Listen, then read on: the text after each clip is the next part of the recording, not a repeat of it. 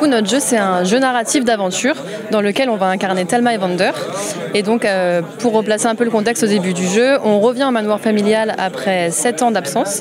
Et en arrivant, on découvre que notre père a été assassiné. Et le but, ça va être de découvrir qui l'a tué.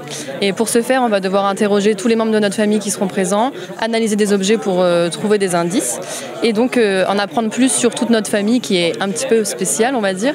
Et donc, trouver le meurtrier dans ce manoir. On est en 5e année, on vient présenter notre jeu Phantom Memories, donc, le dur labeur de 1 an et demi, 2 ans à Bordeaux, et on vient de présenter là la dernière démo possible jouable, la plus complète, la plus aboutie. Du coup, on a un système de palais mental dans lequel on va récolter toutes nos informations et ça va nous permettre de faire des déductions et d'avancer comme ça dans l'histoire pour progresser du coup et découvrir le meurtrier. C'est un genre de Cluedo dans un manoir, tout est fermé, c'est en huis clos.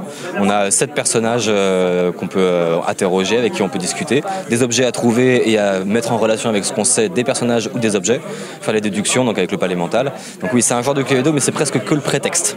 Parce qu'après, ce qui est un peu plus intéressant, c'est d'explorer chaque personnage. On a une petite sœur, on a son copain, notre mère, le majordome et l'oncle, sachant que du coup notre père est malheureusement décédé. Donc, et c'est pourquoi on est présent dans le jeu. Et c'est le plus intéressant, c'est de comprendre pourquoi tous les personnages sont ici et leurs histoires à eux. Oui, moi je suis du coup d'accord parce que je suis là aujourd'hui.